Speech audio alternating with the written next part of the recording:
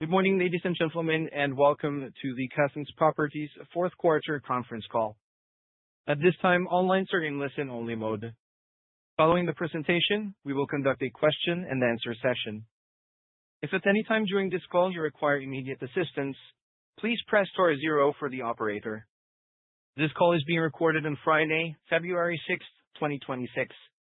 I would now like to turn the conference over to Pamela Roper, General Counsel. Please go ahead. Thank you. Good morning and welcome to Cousins Properties fourth quarter earnings conference call. With me today are Colin Connolly, our President and Chief Executive Officer, Richard Hickson, our Executive Vice President of Operations, Greg Azima, our Executive Vice President and Chief Financial Officer, and Kennedy Hicks, our Executive Vice President and Chief Investment Officer. The press release and supplemental package were distributed yesterday afternoon, as well as furnished on Form 8-K.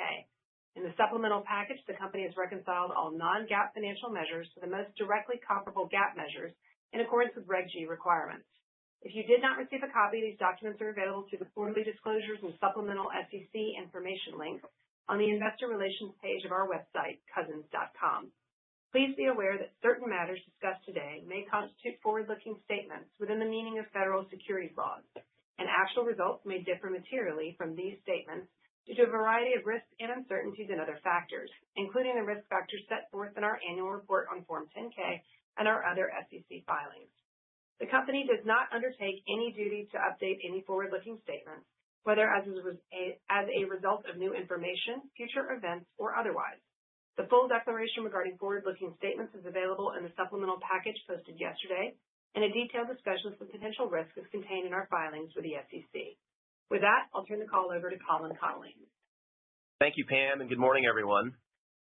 We had a strong 2025 at Cousins. On the earnings front, the team delivered 71 cents a share in FFO during the fourth quarter, which is in line with consensus. In addition, we delivered $2.84 a share for the full year in 2025, which represents 5.6% growth over 2024. Importantly, leasing remained robust. We completed 700,000 square feet of leases during the quarter, which is our second highest quarterly volume over the last 4 years. And for the 47th consecutive quarter, we delivered a positive cash rent roll-up on second-generation leasing. Earlier this week, we acquired 300 South Tryon, a trophy lifestyle office property in Charlotte for $317 million, which strategically expands our presence in the Uptown submarket. These are remarkable results all around. Let me start with a few observations on the market. Most major companies are phasing out remote work. Home Depot, here in Atlanta, is the latest Fortune 500 company to end work from home entirely. Thus, office fundamentals are improving. Demand is growing as leasing hit a post-pandemic high in 2025. Vacancy is declining. With new construction starts at de minimis levels, any meaningful increase in new supply is 4 to 5 years away. The net result of these trends will be a shortage of high-quality space that will be particularly acute in 2028, 2029, and 2030. Importantly for Cousins, corporate migration to the Sun Belt has re-accelerated. As a result, our leasing pipeline is robust across all markets. We see a notable pickup in leasing interest from West Coast and New York City-based companies, particularly among financial service and select large-cap technology companies. While not necessarily full corporate relocations, they are significant regional hubs and in some cases highlight growth away from high-tax and high-regulation states. The recent mayoral election in New York and wealth tax proposals in California only reinforce these trends. A slowing labor market is raising some concern about office leasing. However, as I said, demand is actually accelerating. I'll explain why. Office-using employment growth was historically high during the pandemic. At some companies, headcounts almost doubled. Because of the pandemic, many of these new hires were remote and associated office space was never leased. Now, as return-to-office mandates have become widespread, many companies lack the space to accommodate their pandemic-era headcount growth even after recent layoffs.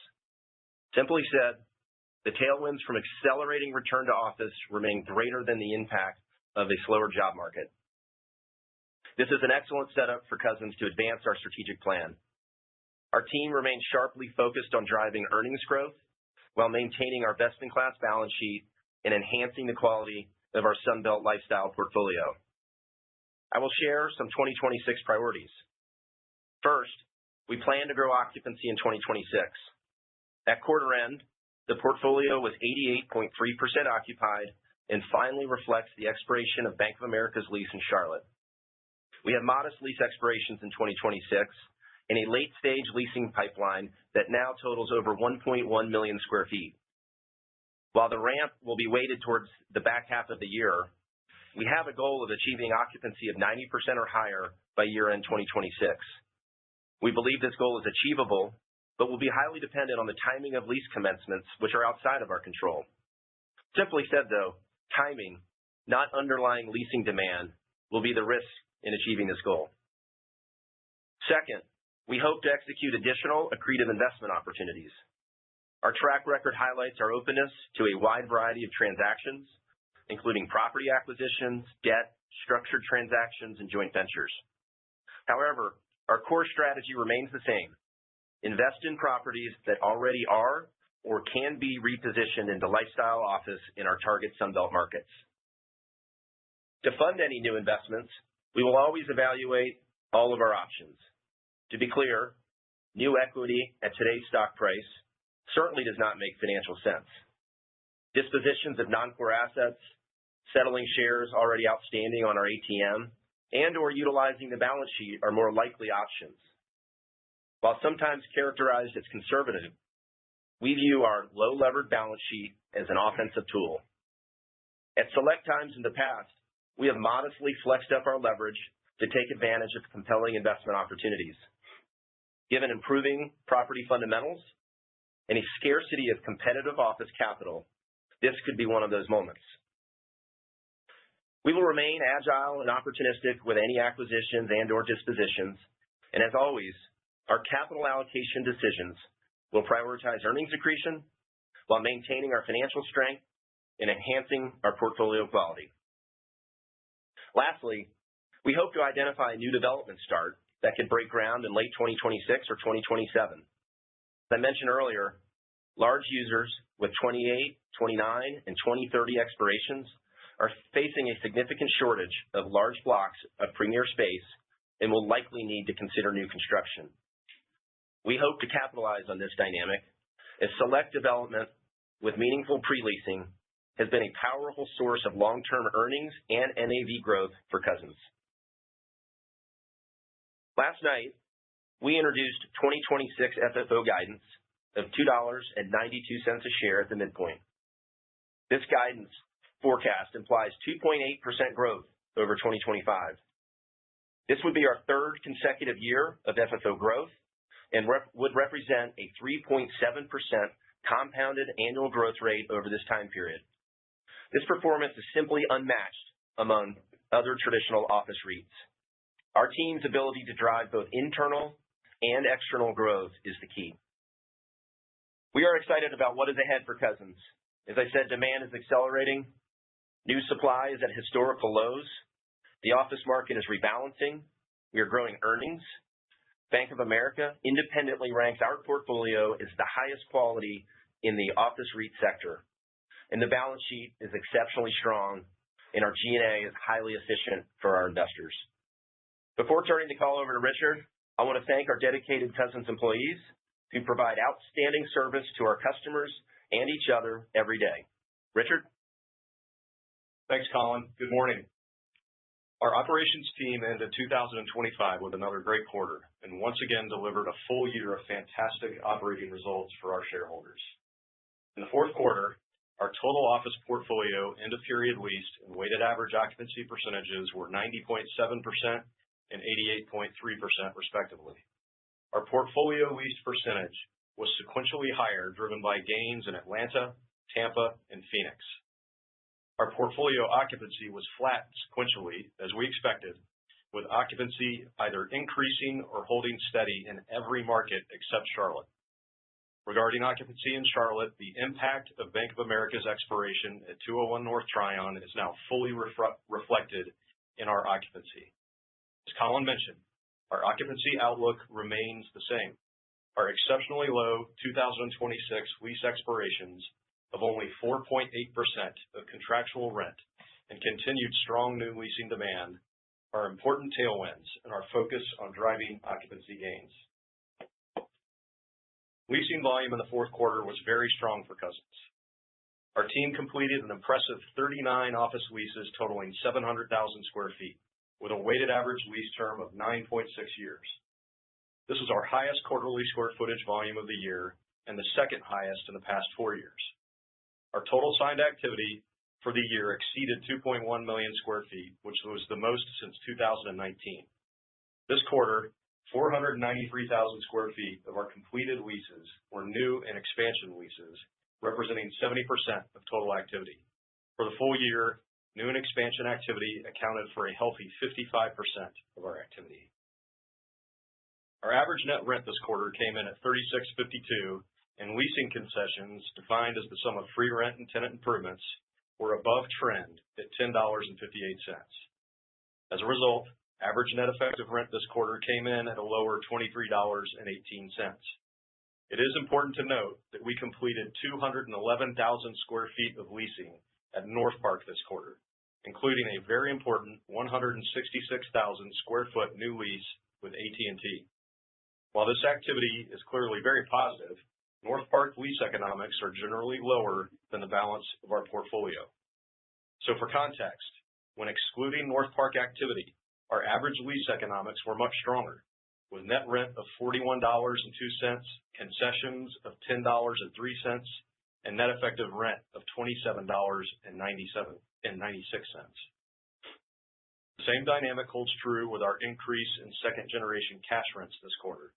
In total this quarter, while still positive, cash rents only increased 0.2%. However, excluding North Park, cash rents increased by a more substantial 10.4%, and every market posted increases this quarter. At the market level, JLL reports that leasing volume in Atlanta registered a 5.8% increase quarter over quarter in the fourth quarter, marking the highest quarterly volume of the year.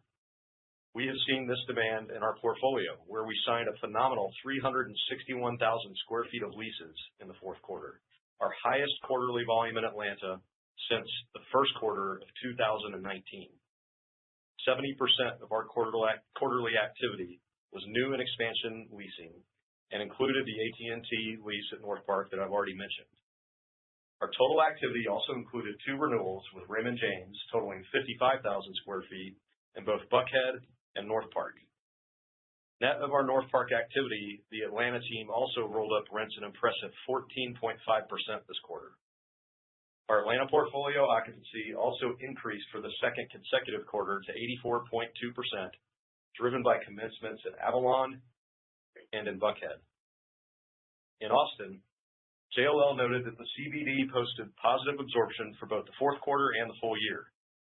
In addition, with 1.3 million square feet of leasing activity market-wide in the fourth quarter, total leasing activity for the full year was the highest for Austin since 2021. Notably, leasing by technology companies played a meaningful role in the year's activity, and nearly a third of tenants currently in the market are technology companies.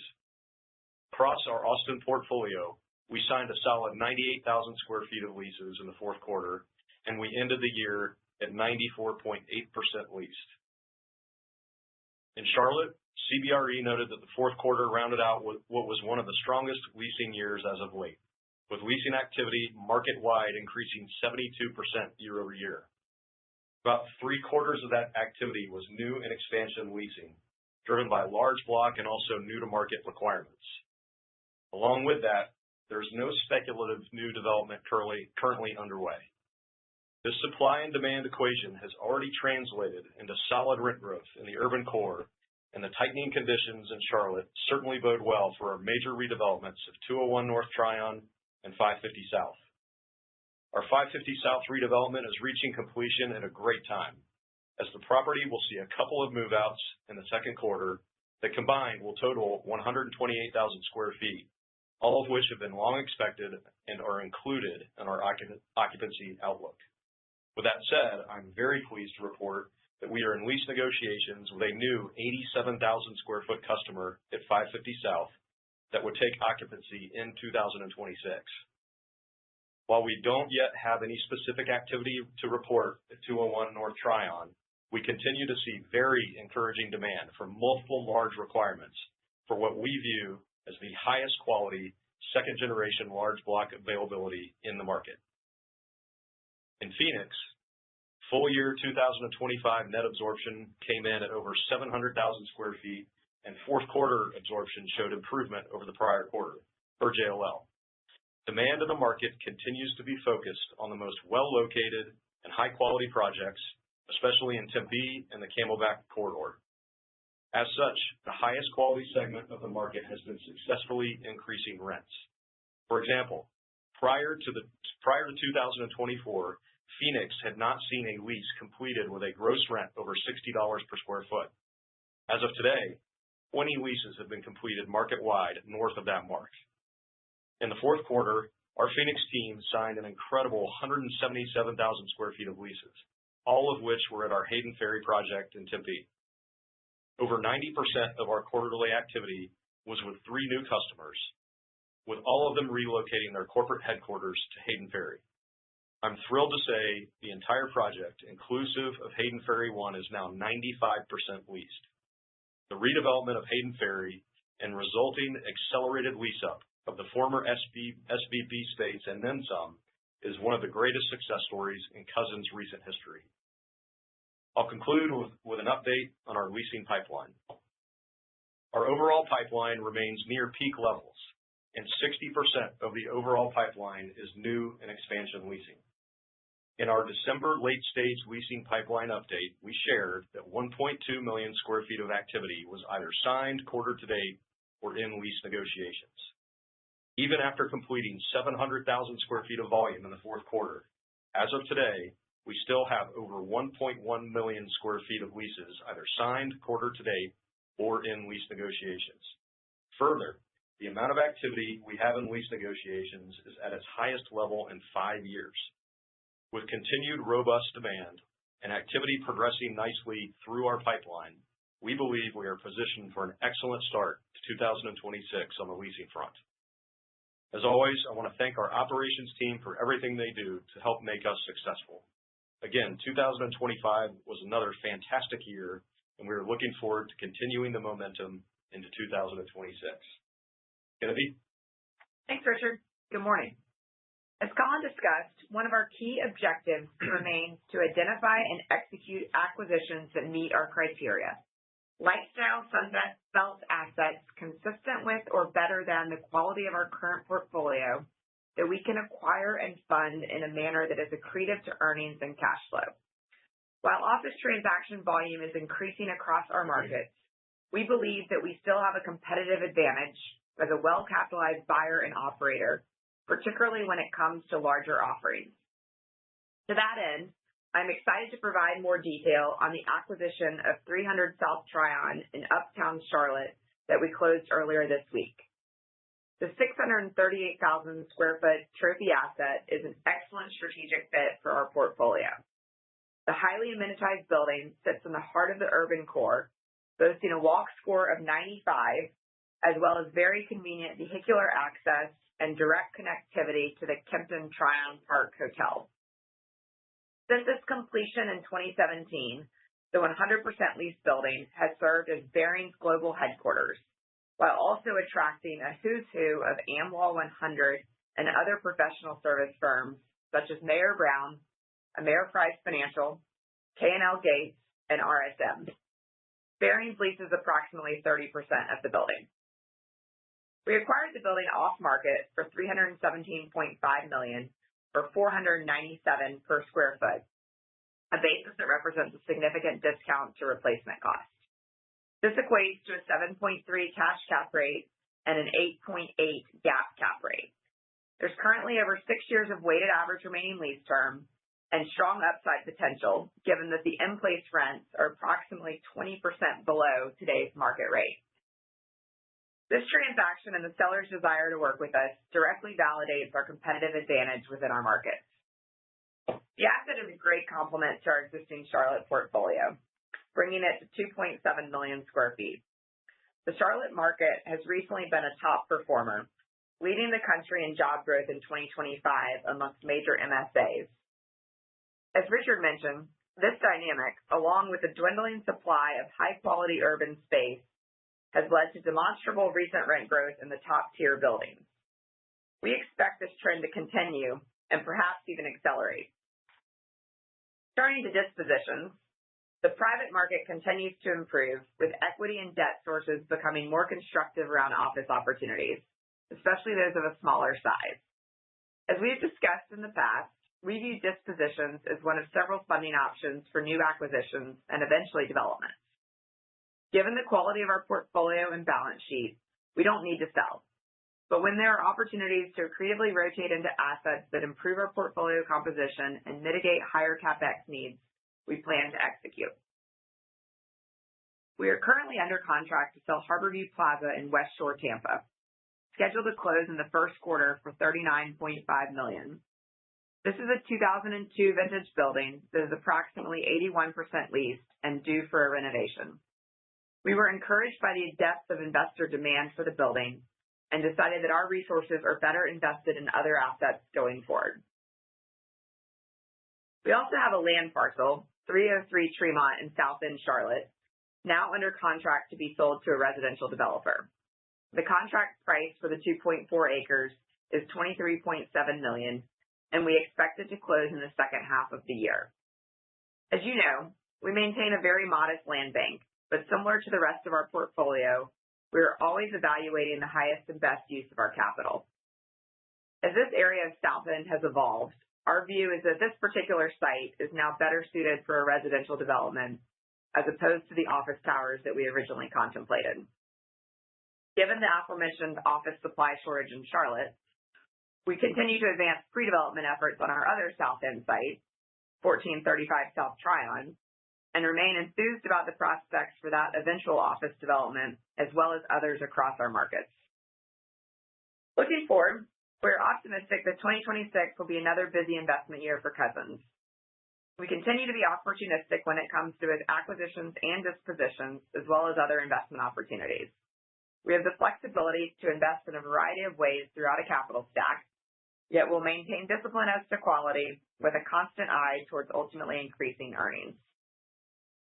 Finally, I want to provide an update on Neuhoff, our mixed-use development project in Nashville.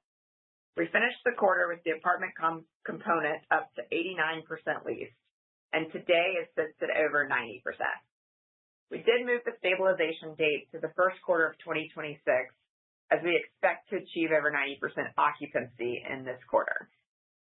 On the commercial side, we remain very encouraged by the recent activity both in the market and at the project. We now have a late-stage lease pipeline that is nearly 120,000 square feet. We look forward to providing further updates. I will now turn the call over to Greg. Thanks, Kennedy.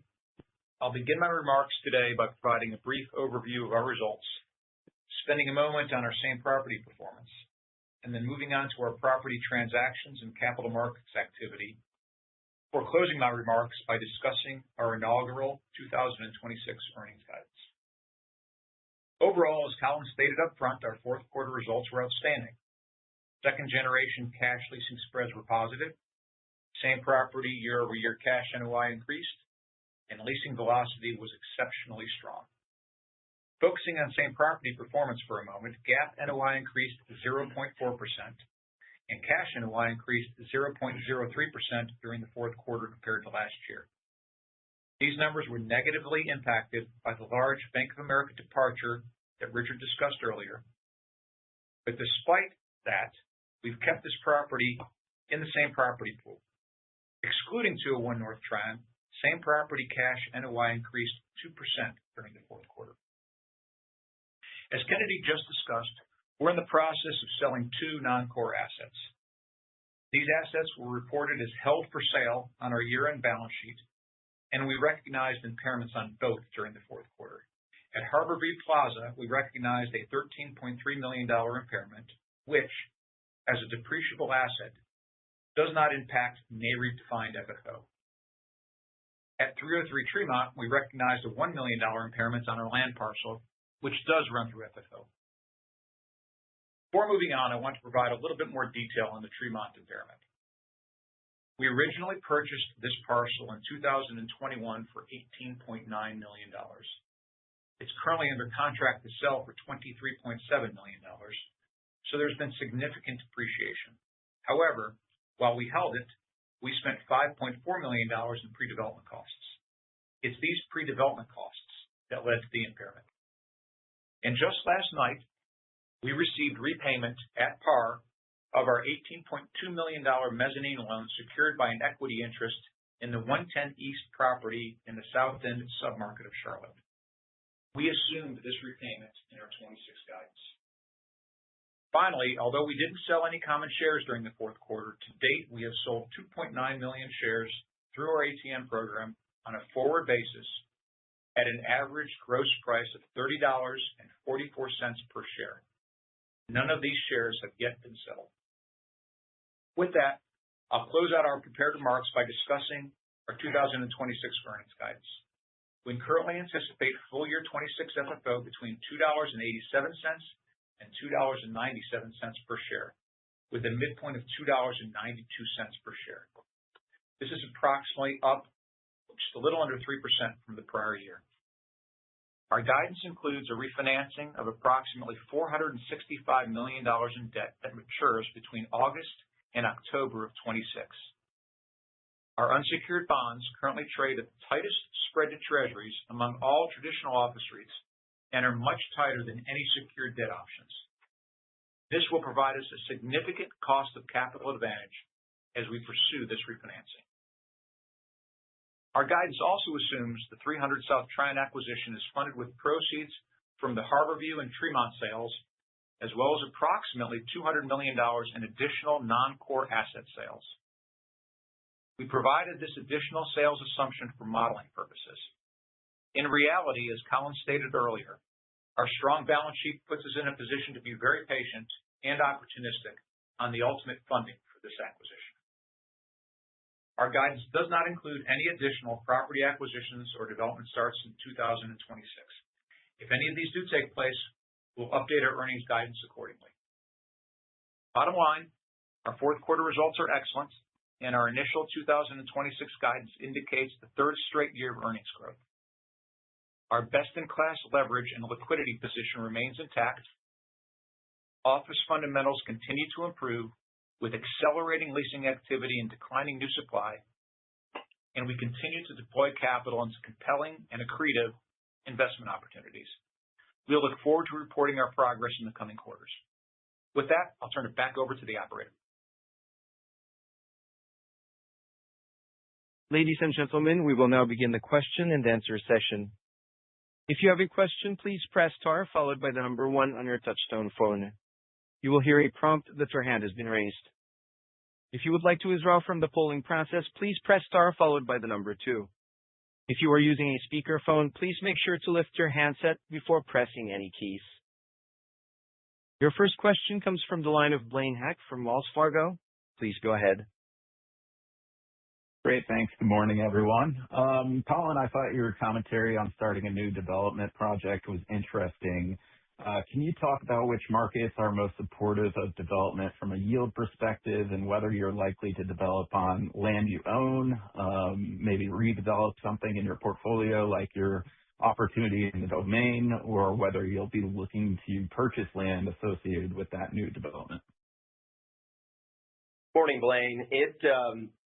There's not a specific development yet that I'm referring to, but given the number of opportunities that we're looking at across our footprint, that does make me hopeful by year end we will have identified one. And I think it could be in several different markets. Dallas, uptown Dallas is extraordinarily tight, and we're seeing rents today approach replacement cost rents. You alluded to the Domain, which is effectively 100% leased, and we've got great land there. We referenced a tightening Charlotte market and the south end of Charlotte, again, where we own great land, where we're seeing a shortage of large blocks of space. Even in Buckhead, where I'm sitting today, there's not a single block of space over 100,000 square feet today in a Class A building. So I do think you're going to start to see some increases in rental rates that will justify new construction for some large users that have no other alternatives. And we want to be ready to capitalize it. And it ultimately could be land that we own today. It could be, some discussions that we're having about various ventures with folks that own parcels that we currently do not own. So we're going to be flexible, but we're laser focused on identifying and converting one of these opportunities, hopefully by year end. Okay, great. That's helpful. You've got a robust late-stage pipeline, as you guys have alluded to, at 1.1 million square feet. So I'm sure you guys have a good idea of where rent spreads might be on that activity. Is there any color you can provide there, and just general thoughts on 26 rent spreads on a cash basis? Sure. This is Richard. We definitely have visibility into that in the late-stage pipeline. And what I'll say is that it's looking certainly more in line with our activity this past quarter net of North Park. So we feel good about the near term on continuing to be able to roll up cash rents. And Blaine, I highlight, if we're successful in delivering another positive cash rent roll up in the first quarter, that will be our 48th consecutive quarter with a positive second generation rent roll up. That's for those that don't want to do the math, that's 12 years. Very impressive. Yep. Last one for me. Can you just talk a little bit more, I guess, about the optionality you guys have for funding the 300 South Tryon acquisition, and how you're thinking about sales versus debt or equity issuance from a strategic and also economic perspective? I guess, are there certain target costs of capital or yields on each option that would make you kind of lean one way or the other? Yeah, great question, Blaine. It is, we have a lot of optionality, and the reason for that optionality is the low levered balance sheet we have and the trophy quality of the portfolio. You hit it right on the head. We're trying to balance both the financial aspects with the strategic aspects, and so we will continue to look at various opportunities to fund that. And I'd say we think about dispositions and the alternative dispositions really with a basket approach. So you can see we've got Harborview and a piece of land under contract to sell. We perhaps could pair that with a older vintage, higher capex disposition that might be at a higher cap rate. But ultimately, what we're trying to balance with any disposition or basket of dispositions is a disposition yield that is comparable to where we could reinvest that. So we've been buying at cap rates, in the 8s. I would expect us to any sales that we execute, the weighted average cap rate of those sales to be at least at that cap rate, if not lower, because ultimately driving accretion is the priority. Great. Thank you, guys.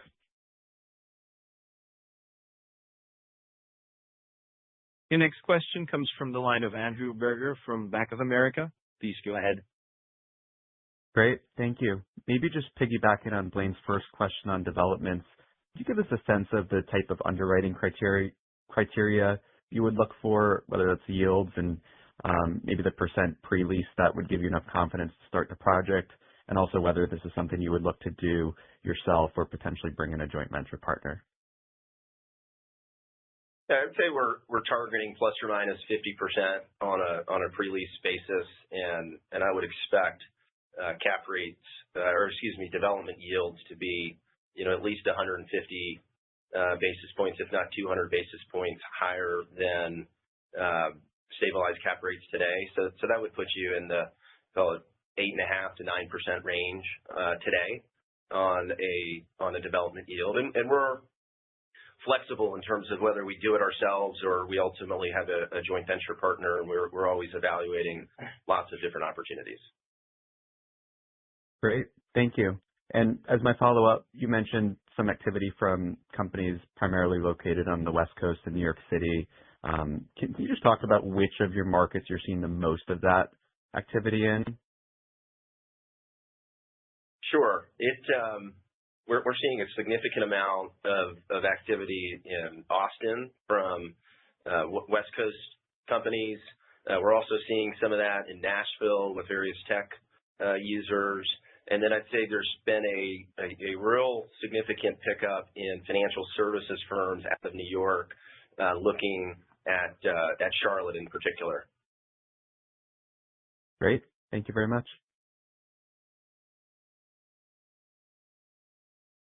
Your next question is from the line of John Kim from BMO Capital Markets. Please go ahead.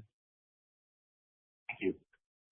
Colin, it sounds like from your occupancy target this year, you have a little bit less conviction than last quarter, yet leasing activity was very strong this quarter. The investment activity with the 300 South Tryon and selling Harborview should help your occupancy figure overall. So I'm wondering what has changed in the last few months for you to maybe walk that back a little bit.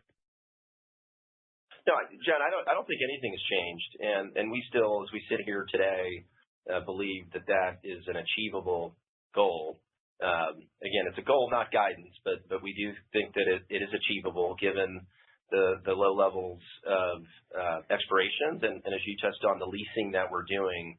As I mentioned, that timing of commencement is a risk, and I'll just give you an example that if we had a decision between a 100,000 square foot lease that could commence in 2026 in Charlotte or a 200,000 square foot lease in that same block that would commence in 2027, we would likely pursue the larger lease if the economics were strong. So there's a little bit of timing from a quarter to quarter perspective, but we still think that it's highly achievable. And again, I think you're going to continue to see progress on our percent leased over the year, and perhaps that spread between percent leased and percent occupied could continue to grow. But again, I think there's just some variability with timing of a commencement of a lease that's beyond our control. Yeah, that makes sense. I'm just wondering if you feel comfortable, maybe not now or going forward, on providing a leased target rather than occupancy, just given those dynamics. That's certainly anyway, something that we would consider. Absolutely, we would consider that. It's easier to forecast. And you mentioned in your prepared remarks the return to office just providing a demand boost currently. Today, we're about 4 years removed from COVID restrictions ending, but I know the return to office has been varied across your markets. How much runway do you think we have left on the RTO demand?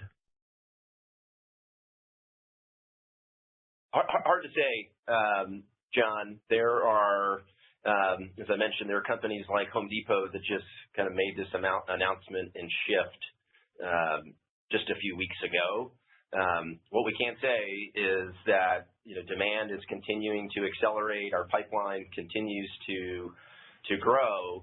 And I also think there's some other trends that will likely kick in the not too distant future that I think could increase renewal activity, and that being the shortage that I indicated is coming in 28 and 29.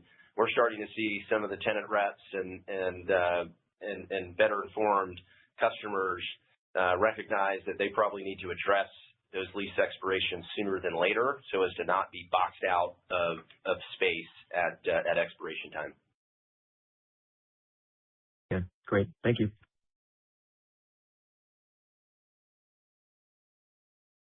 Next question comes from the line of Manish Sabhi from Evercore ISI. Please go ahead. Yeah, thanks for taking the question.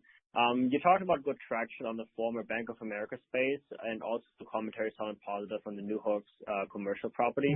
So I was wondering if you could share some more color on just the specifics on what type of tenants and how far along you are with those prospects in terms of lease discussions.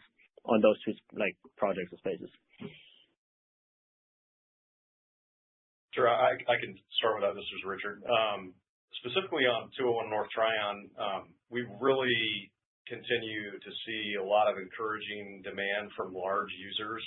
Colin already alluded to this, but we all know that Charlotte has traditionally been a hub for financial services. Nothing has changed there. I think it's evolved to some extent to include some level of fintech and technology embedded within large traditional financial services firms. But we're seeing very encouraging looks from that industry and also from large users looking to relocate significant operations out of other markets and into Charlotte. So again, we don't have anything specific to report to you on 201 North Tryon, but we're very optimistic that we will have something very near term. In Nashville, again, technology seems to be a really healthy driver of activity and sort of add on to new to market activity. So continue to be very optimistic about the demand there, both in market and from out of market. Gotcha. And maybe one follow-up question. Obviously, the market, there's some fear in the market baked in about just software companies and their outlook for those.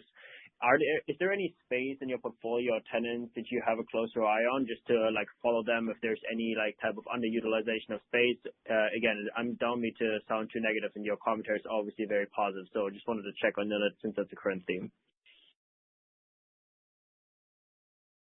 No, the tech component of our customer base is made up of primarily very large, well-capitalized technology companies, Amazon and Google being our two largest customers. But there's nothing that we've seen or identified any software companies within our portfolio that are now underutilizing their space or would be showing any signals of any negative impact to their business.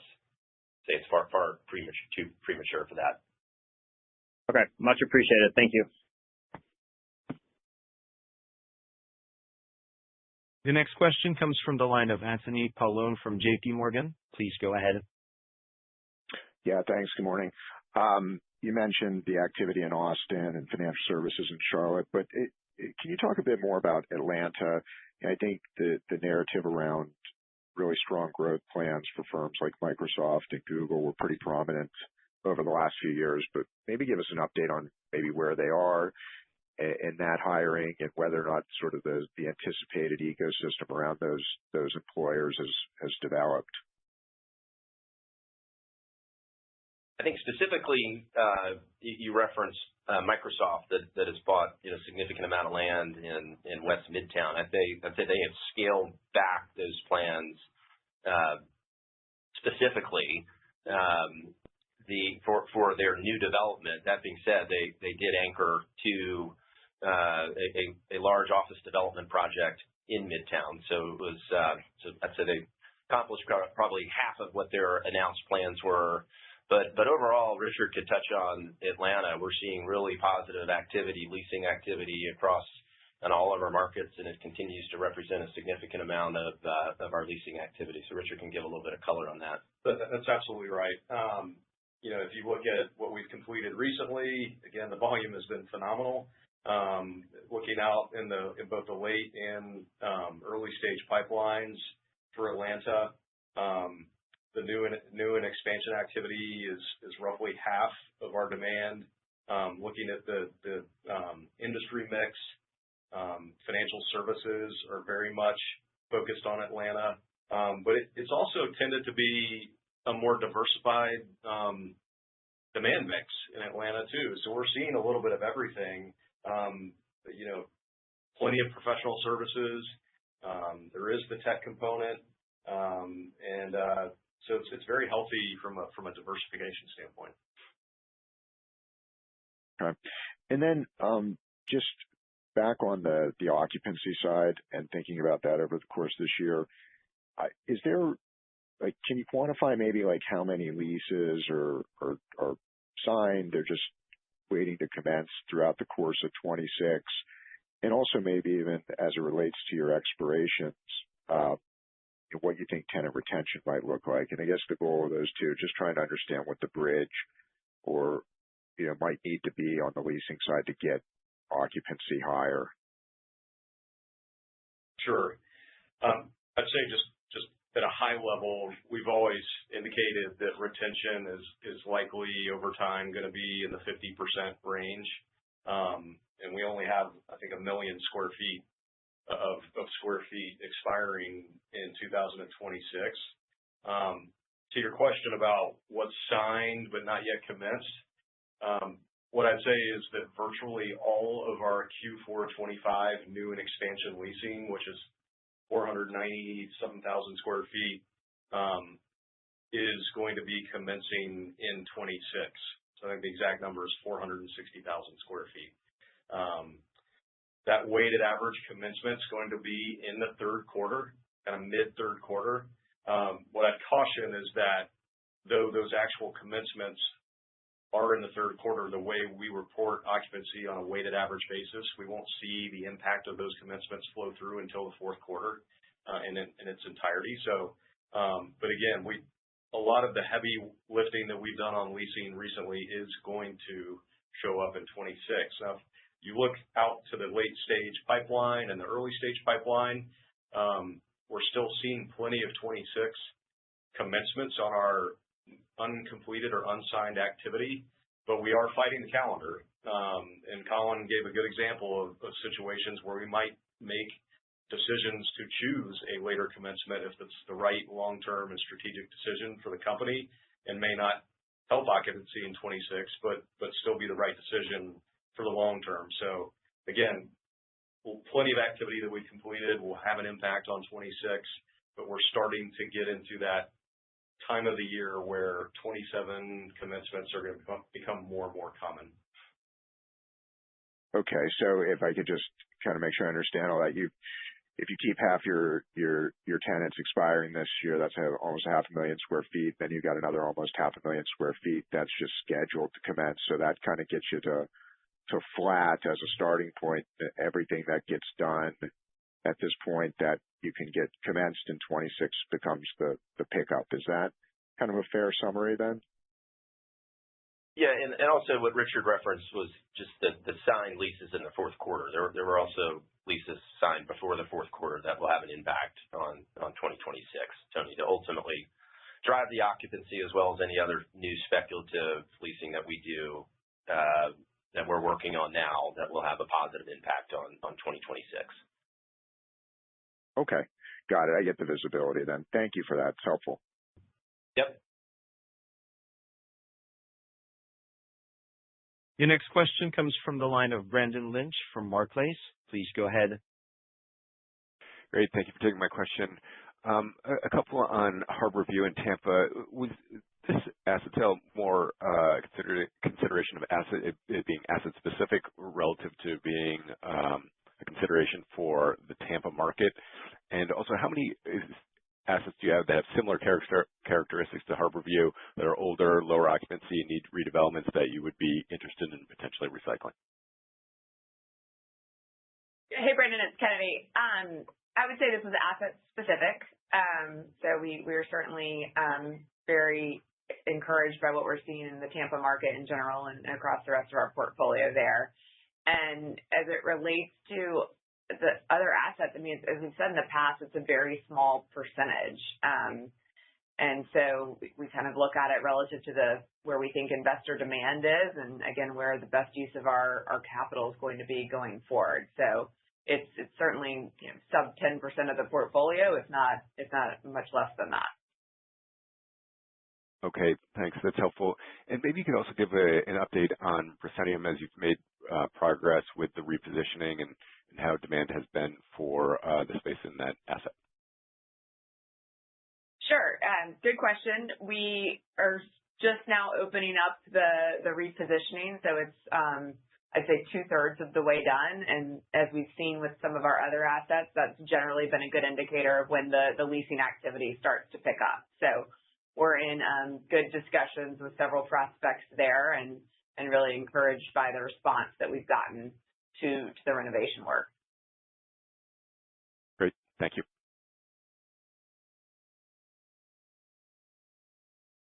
Next question comes from the line of Nick Stillman from Baird. Please go ahead. Hey, good morning down there. Maybe, Richard, following up on just the late-stage leasing pipeline and the 1.1 million square feet. As we think of just larger tenants within that pipeline, say above 100,000 square feet, are there any big chunkier deals within that number? And just remind us what the actual close rate historically has been for signed deals on that pipeline. Yeah, the late stage pipeline is generally very reliable. So it's 95 to 100% usually conversion rate. I can think of a couple of instances in the last couple of years we've had someone fall out of that pipeline, and it's usually highly specific to a business decision or approval process in a particular tenant. So very good conversion rate there. There is a little bit of chunkiness in the late stage pipeline. Some of it's in Atlanta, some really positive new activity. We have some renewal activity that's of size that's in the pipeline as well. But it's fairly evenly spread across all of our markets. On that Atlanta number, is that related to renewal or new? Just wanted to clarify that. They're both actually, but the largest is a new deal. Okay. And then maybe just touching on a couple of the larger blocks that are coming up, just an update on overall in Houston with Samsung. And then also, can you remind us what the plans are with Ovintiv space that's currently a sublet that's expiring next year with the 88% of the subtenants in the space? Is the plan to go direct with subtenants, or is there some larger users looking at that space? Maybe some more commentary there. So those two spaces. Sure thing. Maybe I'll start with Legacy Union and Plano and the Ovintiv building. Again, as a reminder, what we did last quarter was we entered into an agreement with Ovintiv as the prime tenant to take over management, for one, get control of the building, because we did not have that, and then terminate them early in the middle of 26, at which time we will go direct with the subtenant base, which is extensive at the project. So you look at that square footage that will still expire out in 27. We're having very positive, constructive discussions with 4 different subtenants currently at the project. So we feel good about our prospects of potentially taking those direct. When you kind of back those out and look at what the opportunity is to go do new leases with new tenants and continue to multi-tenant the building, that's roughly 175,000 square feet out in 27. And the pipeline in Plano and North Dallas in particular, it's extremely robust. And we're seeing just in the last month, probably at least 3-4 different tours of the building greater than 150,000 square feet. We also have plenty of inquiries of a single floor, 2 floors, 3 floors. So very positive demand backdrop there. At Briar Lake in Houston with the Samsung expiration, as a reminder, that expiration is at the end of November of this year. So really minimal impact either way on 2026. It's 123,000 square feet. I'd say that at this moment in time, only about 70,000 of that is exposure. We're having very positive discussions with a number of subtenants there as well and also some new deals, and very similar demand backdrop to North Dallas. Oh, that's very helpful. Thank you.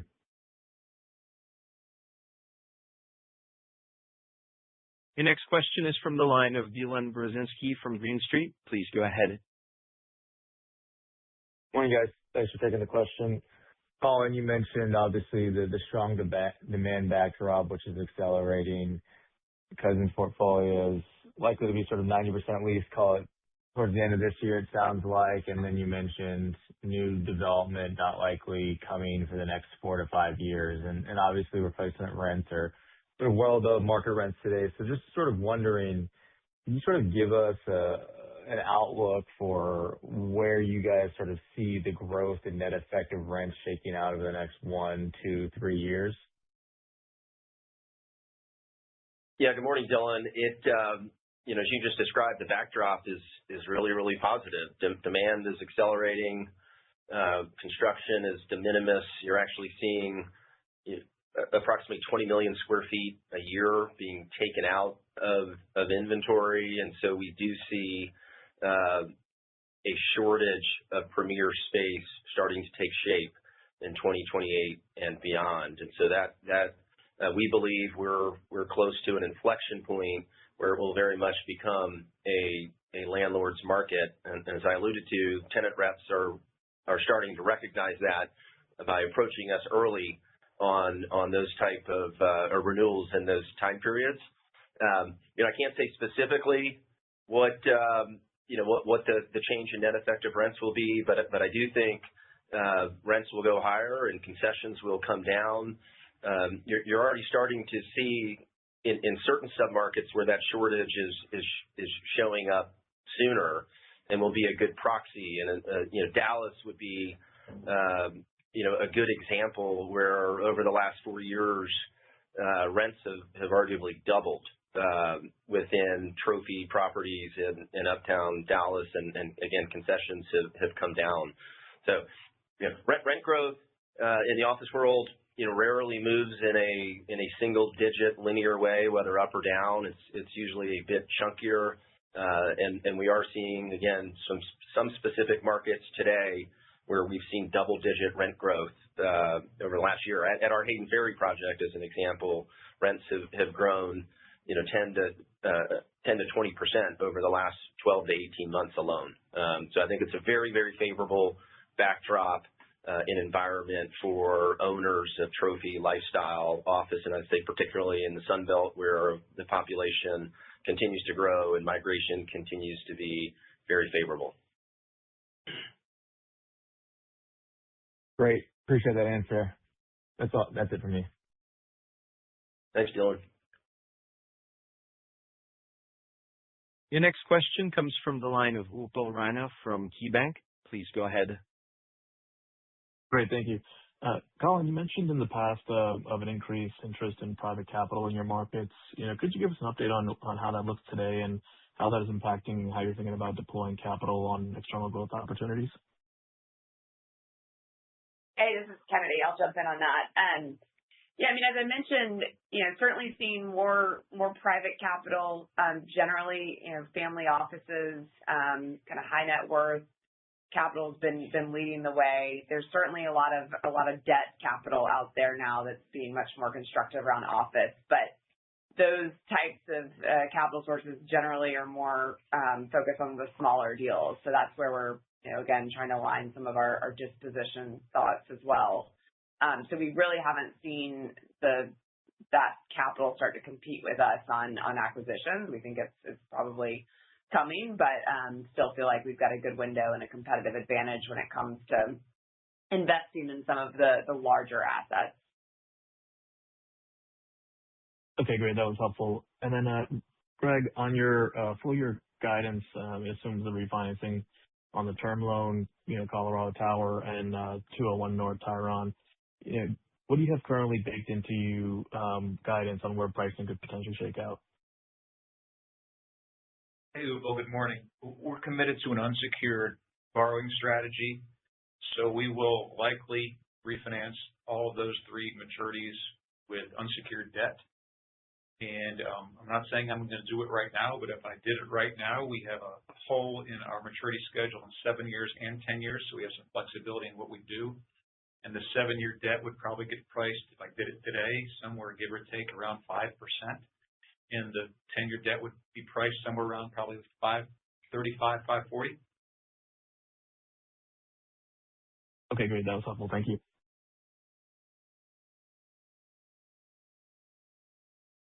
The last question comes from the line of Shashank Saraf from Mizuho. Please go ahead. Hi, this is Shashank on from Vikram Malhotra from Mizuho. Thanks for taking my question. It appears that Austin as a market has inflected positively. Any more color on bigger requirements there? I think we are definitely seeing some level of positive, I don't want to say green shoots, a little overused term, but some positive activity that I alluded to in the tech sector. Obviously, a lot of Austin's success in the past has been driven by tech demand, and we see that starting to percolate, certainly in our pipeline, in our own specific activity. So I would say, yes, we're seeing some positive movement there. Thank you. My next question is, how should we think about TI spend in 26 and as we go into 27? Well, obviously, the TIs drove some elevation in concessions this past quarter. I would point you back toward my comments about North Park and looking at lease economics in that context. You're going to continue to see, with the elevation of TIs, our prioritization of occupancy and driving occupancy. And so that could continue. But what I'd like to stress, and this has been a theme over, frankly, many years, as we've talked about different points of time where we see pressure in TIs or concessions in general, that we have been able to successfully maintain net effective rents. And I think that was the case this past quarter, even with elevated TIs. And it's important to note that with the tightening conditions that we see ahead, certainly in the medium term, that we're going to be able to back off of that over time. I think it's going to become a more constructive market for owners and landlords. So I would call that a more near-term dynamic as we prioritize occupancy. Thank you. Thank you. There are no further questions at this time. I would like to turn the call back to Colin Connolly for closing comments. Sir, please go ahead. Thank you for joining us this morning, and we appreciate your continued interest in Cousins Properties. If you have follow-up questions, please feel free to reach out to Greg Azima or Ronnie and Bo. Have a great day and a great weekend. Ladies and gentlemen, this concludes today's conference call. Thank you very much for your participation.